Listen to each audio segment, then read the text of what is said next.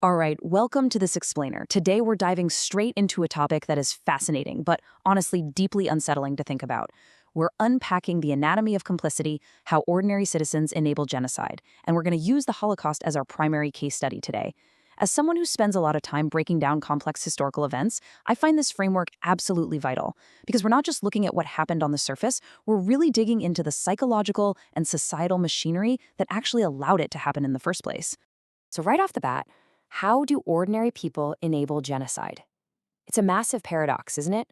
When historians look back at the Holocaust, one of the most glaring questions isn't just about how Adolf Hitler orchestrated the whole thing. It's about how literally millions of everyday people got involved. We kind of rely on this comforting myth, right? This idea that only pure, absolute monsters could carry out such atrocities. But when you actually look at the historical data, well, it tells a completely different story. You see, the Holocaust wasn't committed by a single dictator acting in a vacuum. No way. It required the active participation and the passive acceptance of everyday people. We're talking about teachers, railroad workers, police officers, business leaders, ordinary citizens. Grounding ourselves in these everyday, relatable professions really hits home exactly what's at stake here. Okay, here's our roadmap for today. We're going to cover the myth of monsters, creating us versus them, normalizing the unthinkable, the pressure to conform, the final escalation, and finally, recognizing the warning signs. All right, let's jump right into part one, the myth of monsters. There's a really profound historical truth that we need to wrap our heads around. It goes like this. Genocides are usually not carried out by monsters alone. They are often carried out by ordinary people who become part of a system that gradually changes what seems acceptable. I really want you to focus on that word, gradually. It's that slow, methodical shift in what a society thinks is okay that makes systemic violence so incredibly insidious. Moving on to section 2, creating us versus them.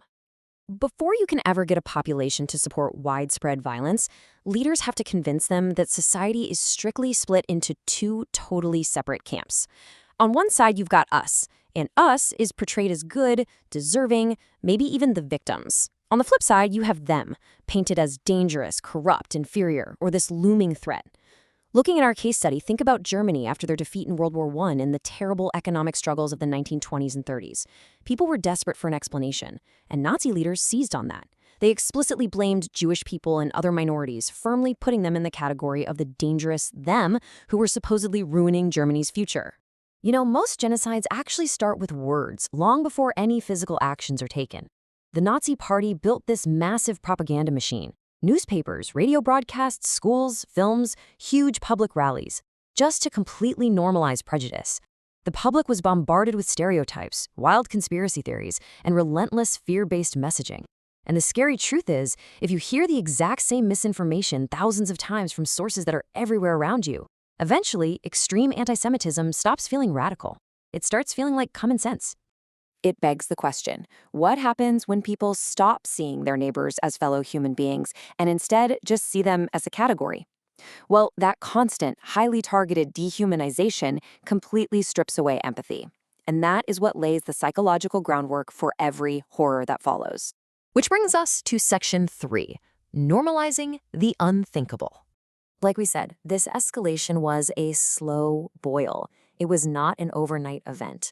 Hitler became chancellor in 1933, right? But the Nuremberg laws weren't enacted until 1935. And the final solution wasn't actually implemented until 1941. That gradual timeline is exactly why it worked. Things that would have sparked absolute outrage if they dropped all at once suddenly became much easier for ordinary citizens to swallow because they were introduced step by step over an 8-year span. And we really can't ignore the power of the law here.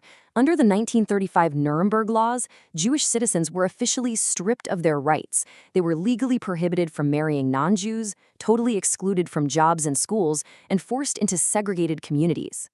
Once prejudice is written into law, it sends a very loud, very dangerous message to society. These people deserve to be treated differently.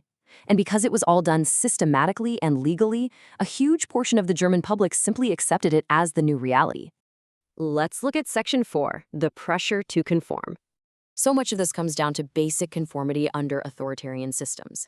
We're talking about the act of choosing obedience, maybe protecting your career or just plain self-protection over actually resisting, all because you are terrified of the consequences. Under a dictatorship, speaking out is literally dangerous. Dissent gets you punished. Historians often point out that a ton of the participants in these crimes weren't even fanatical Nazi believers. They were just ordinary folks terrified of sticking their necks out, losing their jobs, or getting locked up. Think about those famous psychology studies, like Milgram's obedience tests or Ash's conformity experiments. As humans, we desperately want to fit in, and we naturally default to following authority, especially when we're scared. So ask yourself this: how much courage does it actually take to oppose the majority when you know for a fact there will be severe consequences? It is so easy for us to sit here decades later and confidently say what we would have done. But imagine living in a society where your own neighbors might be monitoring you, where disagreeing with the state leads to prison or a camp.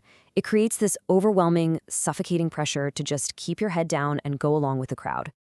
This leads us right into Section 5, the final escalation. The progression into atrocity is incredibly methodical. It kicks off with hateful speech, then it morphs into legal discrimination, which ramps up to total exclusion and dehumanization. From there, it breaches into physical violence, and finally, it arrives at systematic mass murder. And here's the key: each step acts as a bridge to the next. People who would never, ever have supported mass murder at step 1 became so desensitized by the gradual normalization of these extreme actions that by the time step 5 rolled around, the final solution, that internal moral threshold was basically wiped out. And actually executing that final stage, it required an enormous logistical machine and a truly staggering amount of cooperation. You had government officials sitting at desks organizing deportations, railroad workers handling the schedules to transport victims to camps, like Auschwitz and Treblinka, local police units rounding up families in the streets, soldiers and camp personnel. This entire horrific system only functioned because thousands upon thousands of people showed up and performed these daily, seemingly mundane tasks that fed directly into the ultimate goal of genocide. The end result of this massive machine of ordinary complicity is just staggering. Approximately 6 million Jewish victims were murdered by the end of World War II. And of course, we absolutely have to acknowledge the millions of other victims who lost their lives under this exact same system: the Roma population, disabled individuals, political opponents, and prisoners of war. Let's wrap things up with Section 6, recognizing the warning signs. Obviously, after the war ended, the world demanded accountability. This culminated in the famous Nuremberg trials between 1945 and 1946, where 22 top Nazi leaders were prosecuted. But honestly, here's a really unsettling part about the aftermath. What happened to all those ordinary citizens we've been discussing? While a few faced severe punishment, literally thousands of lower-ranking officials, train conductors, guards, and collaborators either fled or just quietly blended right back into civilian life. They escaped justice completely. Genocide scholars really hammer home one critical takeaway: this framework is not just about the Holocaust. Genocide, at its core, is always this toxic cocktail of fear, propaganda, conformity, dehumanization, and blind obedience to authority.